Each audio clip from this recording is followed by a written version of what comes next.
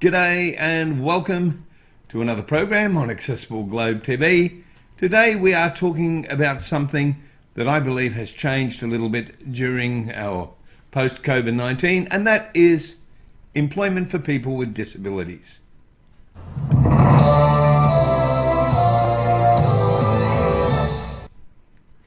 In preparing for today's program, we talked to a lot of people who arrange employment for people with disabilities. And pretty much all of them agreed that the fact that COVID has got employers used to having people work from home has been a really big plus in encouraging them to employ people with all sorts of ranges of disabilities. It's made them confident and comfortable with the fact that perhaps it's in fact a good way to go and opens up the world to more employment. The trouble is, when I spoke to people about it, whilst they were happy to talk to me on the phone, because they were part of large national conglomerates, they weren't able to come on to the program without getting permission from their head offices and so on. And it was just all very, very difficult. So what we did was we spoke to a local group called the Galon group here on the Fraser Coast, and they said that they actually hadn't noticed a difference since COVID-19, but that's because they were already pushing employment for people with disabilities working from home, and they'd already worked out ways to make that happen. As we continued to talk, they said, yes, of course, it would have made a difference. So let's at least have a listen to what Janine had to say from the Galon group. Before we go there, we'll go through that. We'll let you hear what she has to say. She'll talk about how they have structured their company, and then we'll come back and talk about a few other things. Let's have a listen to Janine now. Hello, Janine. Hello. How are you going? Very good. You must be a powerful lady, because I came to interview you and the heavens opened up and the thunder and lightning started. I've had to put 2 earplugs in, and I never do that. So you must have a lot of power, that's all I can say. I was bringing it in for us tonight. Now, I was mentioning before we put you on that a lot of employees that we've spoken to have said they're more likely to look at employing people with disabilities because they've got used to people being at home. And I discussed that with you, and you haven't noticed that, but I think that's because you've already been doing it for so long. Can you tell us a little bit about what the Galon Group does, please? So the Galon Group, we formed as 3 independent providers because we felt that, one, we wanted to go into this area and help each other and support each other, but we also recognise that employment's actually a really big area. So it's not just go out, talk to an employer and get a job, because if you do that, you could set someone up for failure. There's so many steps before that you have to do. There's a lot of preparation, there's a lot of assessments, there's a lot of working out what will be the right time, what will be the right way to gently guide, mentor and get someone into a workplace. So getting the job, in fact, is just a small part of the whole picture. And so we realised that we wanted to help each other because it was such a big area to work in. Yep. So when you say that's just a small part of it, what do you mean by that? I mean, there's people that will, especially with disabilities, often can come with a lot of mental health. And so that can mean that to begin with, they'll have barriers. So for example, I worked with someone who struggled to go out of the house, and now we're looking at work and we're looking at full-time study. But to get to that point, there were so many little steps. There's so many things to do. There was counselling, there was schedules that were created to really help the supports around her do what needed to be done without putting her in situations that were quite distressing.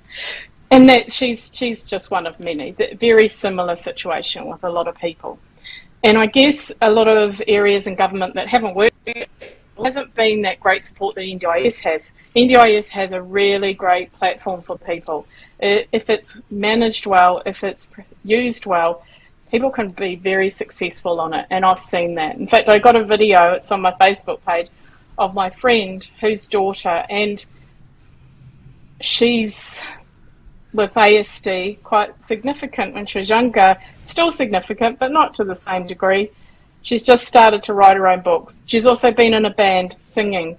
So she's had supports around her, and that just shows an example of someone who in the NDIS space can do incredibly well. It's a great system.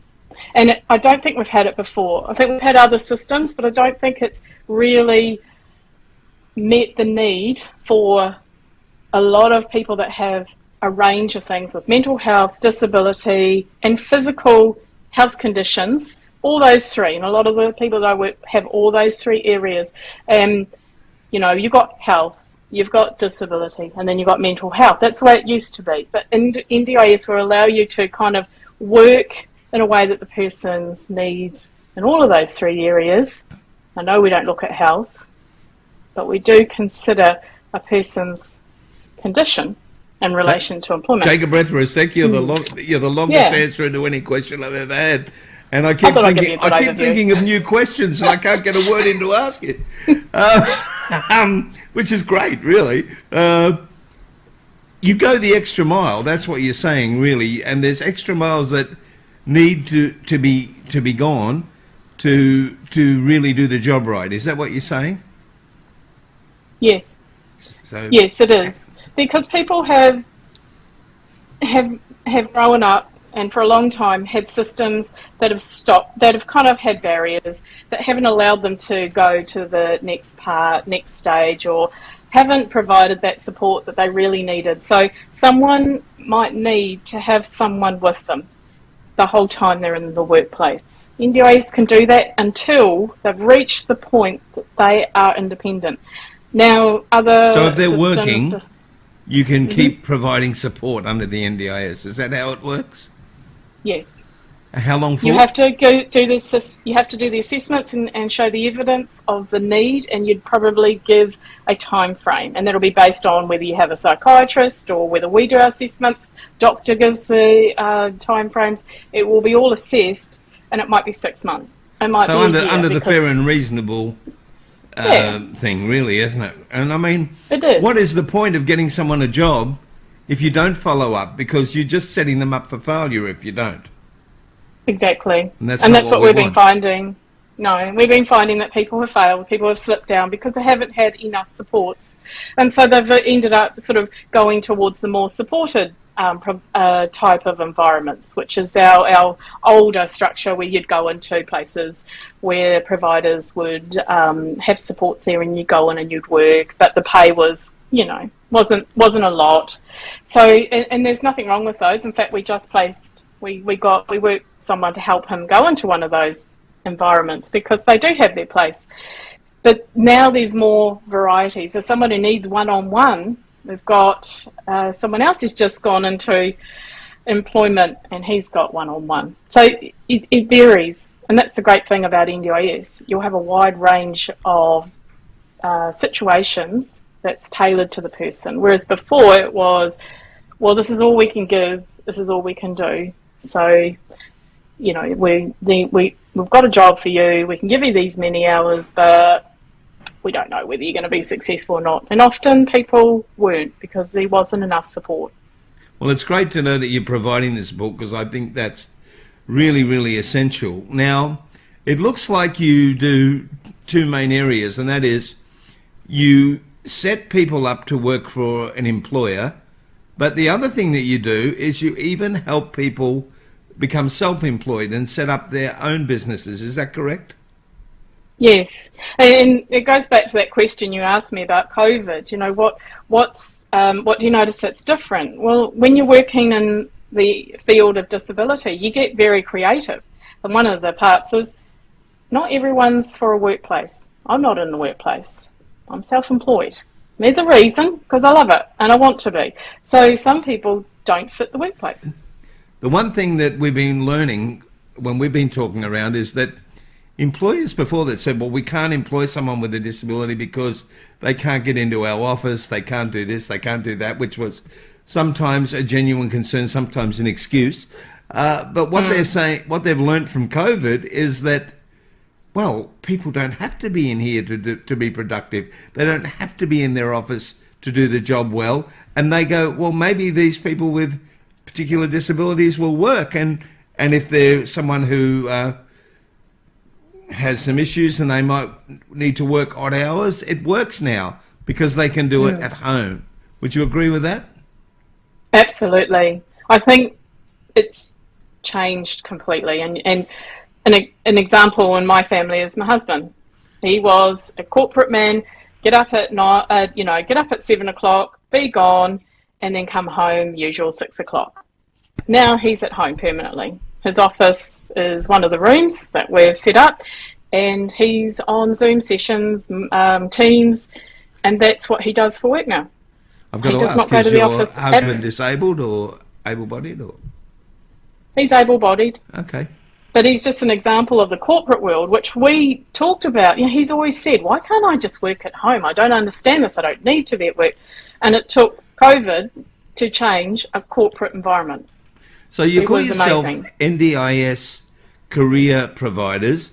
Now, when I was having a quick look at your website, it said that you work with both self-managed and plan-managed, but there were some things that you needed, like you needed to have as one of your goals achieving employment, or what was the goal? I think it was achieving employment and sustaining employment. Yes. We can go two ways. So some people don't have the employment goal in their plan, and that's okay. But they can say, this is what I want to do. I want to move into employment. So it might not have been a goal when they did their plan review or their first plan, or they might not even realise that they could put employment as a goal. There was no point. They didn't realise. So they might not have a support coordinator to advise them or whatever. Yeah. Yeah. And there's a lot of people around that don't even think about it. Don't think that a person who has a disability can go into employment. And that's the sad thing. Do you find that, people say, well, it's not in my goal. I have to wait until my next review. And they're a little bit nervous about asking for the goal to be added?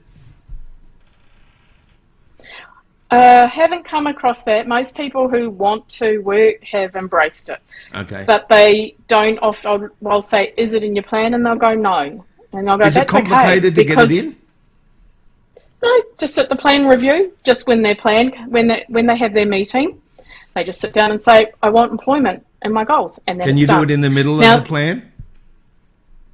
Well, you can, but that's a plan review. So if you don't have all the evidence, if you don't have more evidence, what you're going to do is you're going to change the plan to put the goal in, but you don't have any evidence. So you need to be careful there, because that means a whole review of the whole plan. So it's kind of best to just use what you've got, use capacity building, because capacity building is about doing what you want to do in life and living to the fullest that you can. And if you identify voluntary work, going out to work, all those other things, then that is part of capacity building.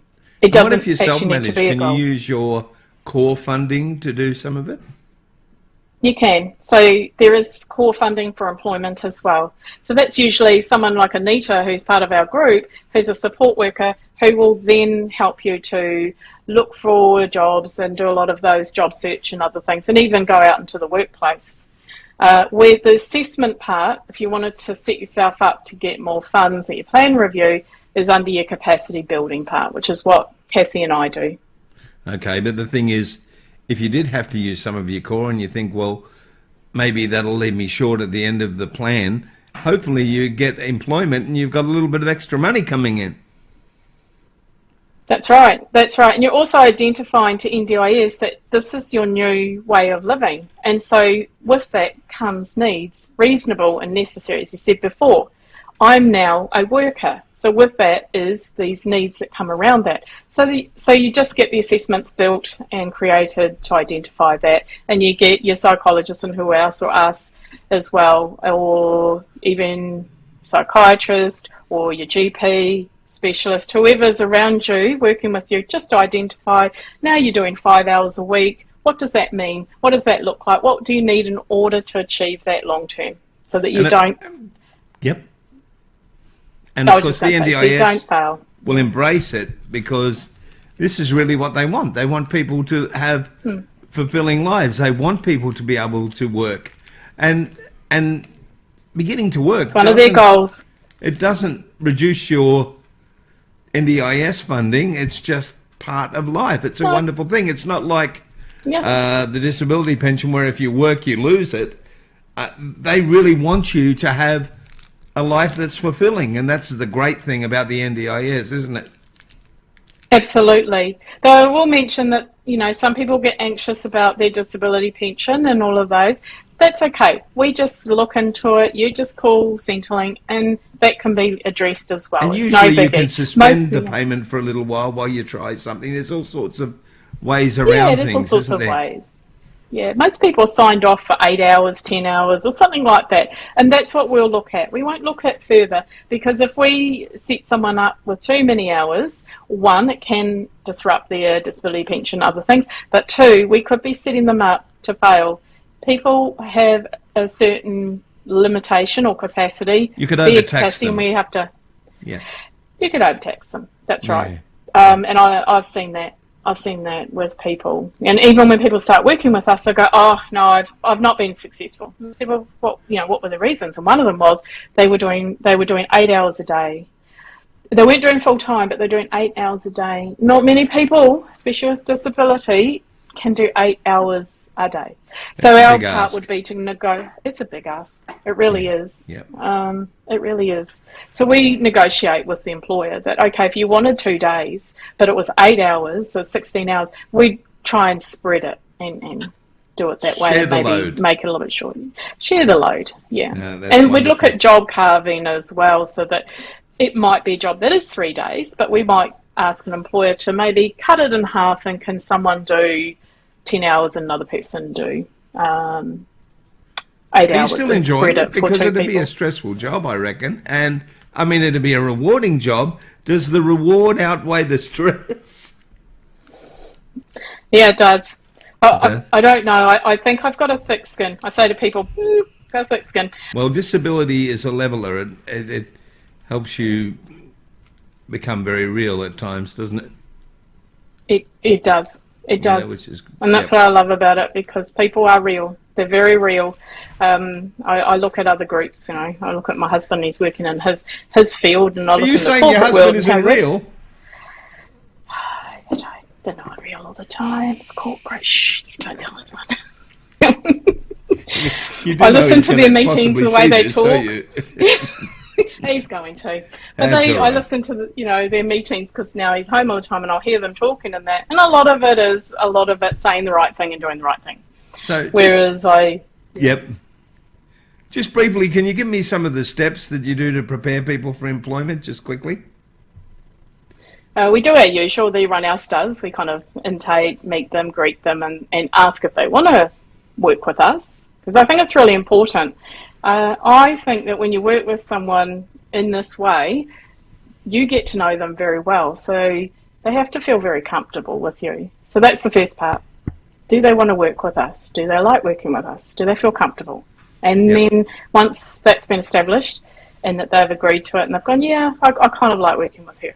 The next part is to then look at their needs and assessments, and going through interviewing different people, interviewing them, looking at things around them, looking at their talents, strengths, skills, interests, what they want to do. All of those things are all put together.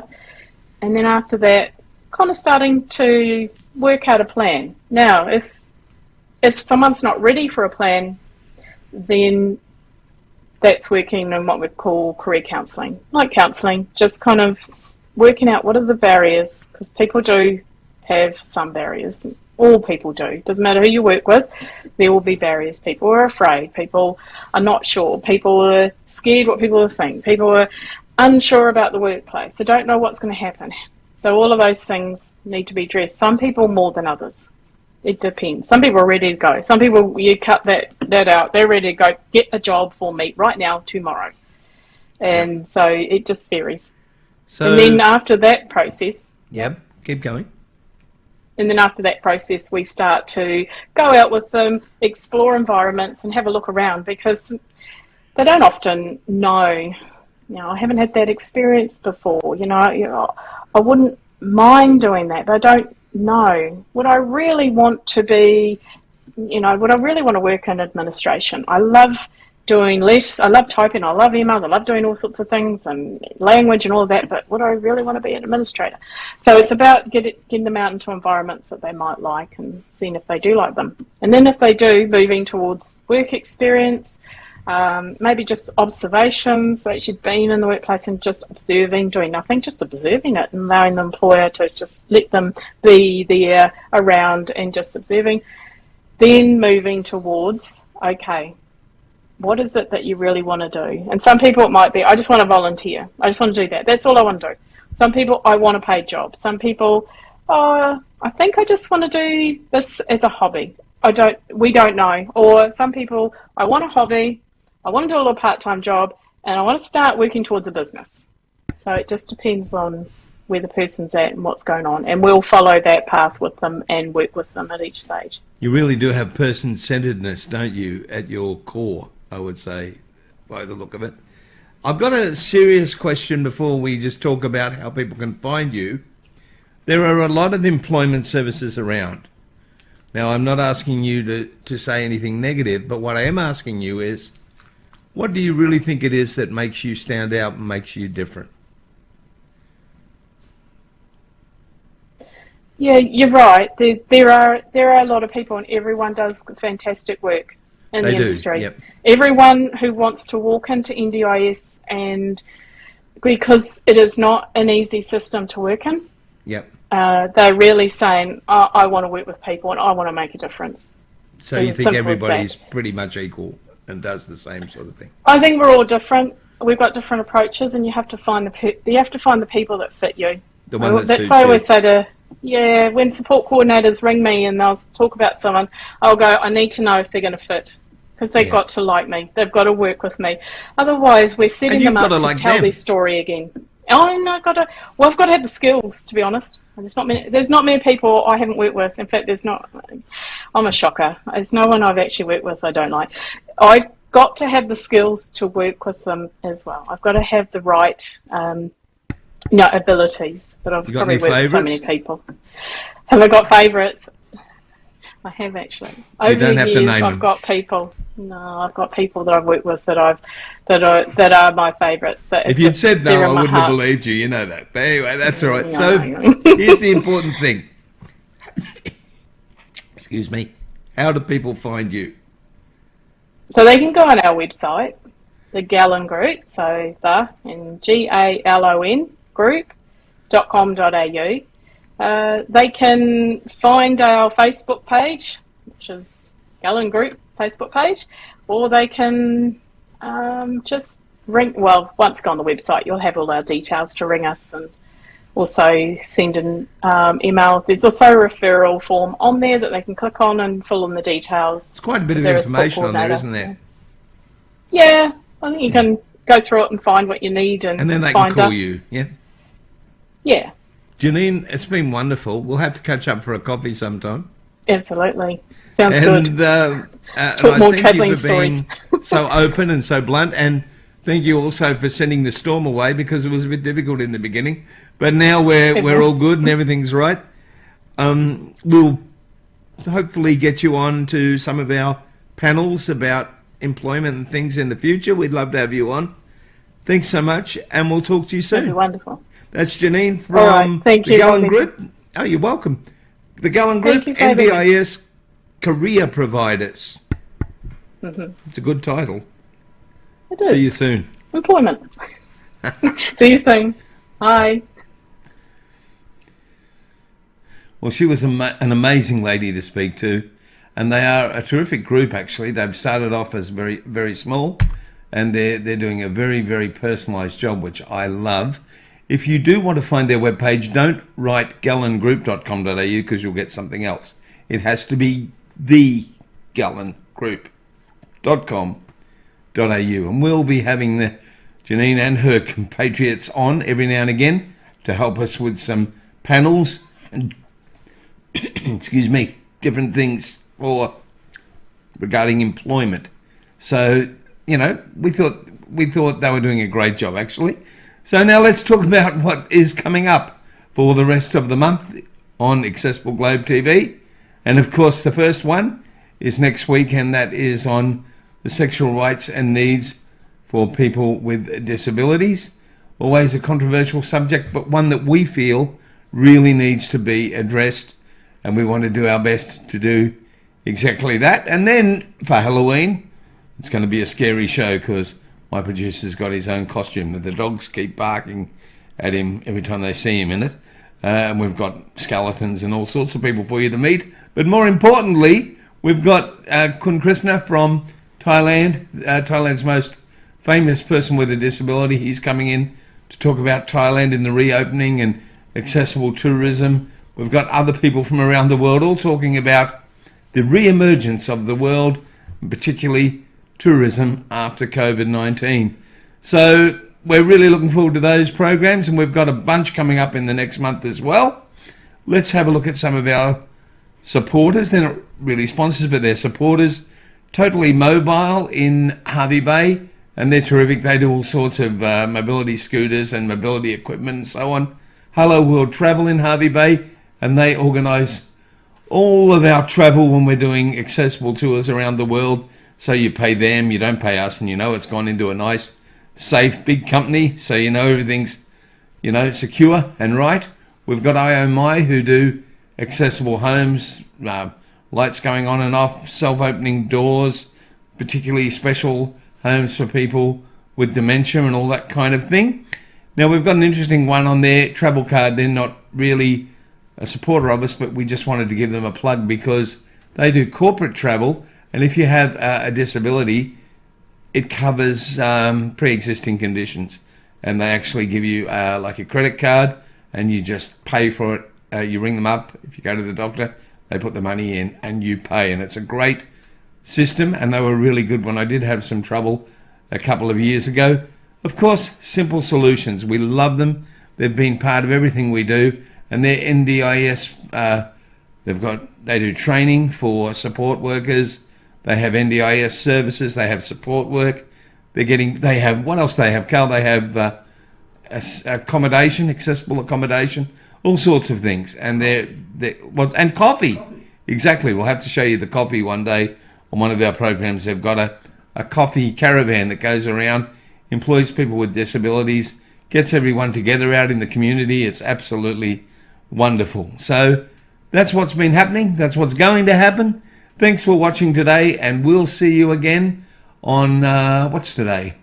Yes, we'll see you on Wednesday on Accessible Globe TV. Don't forget to subscribe. Thanks, Carl.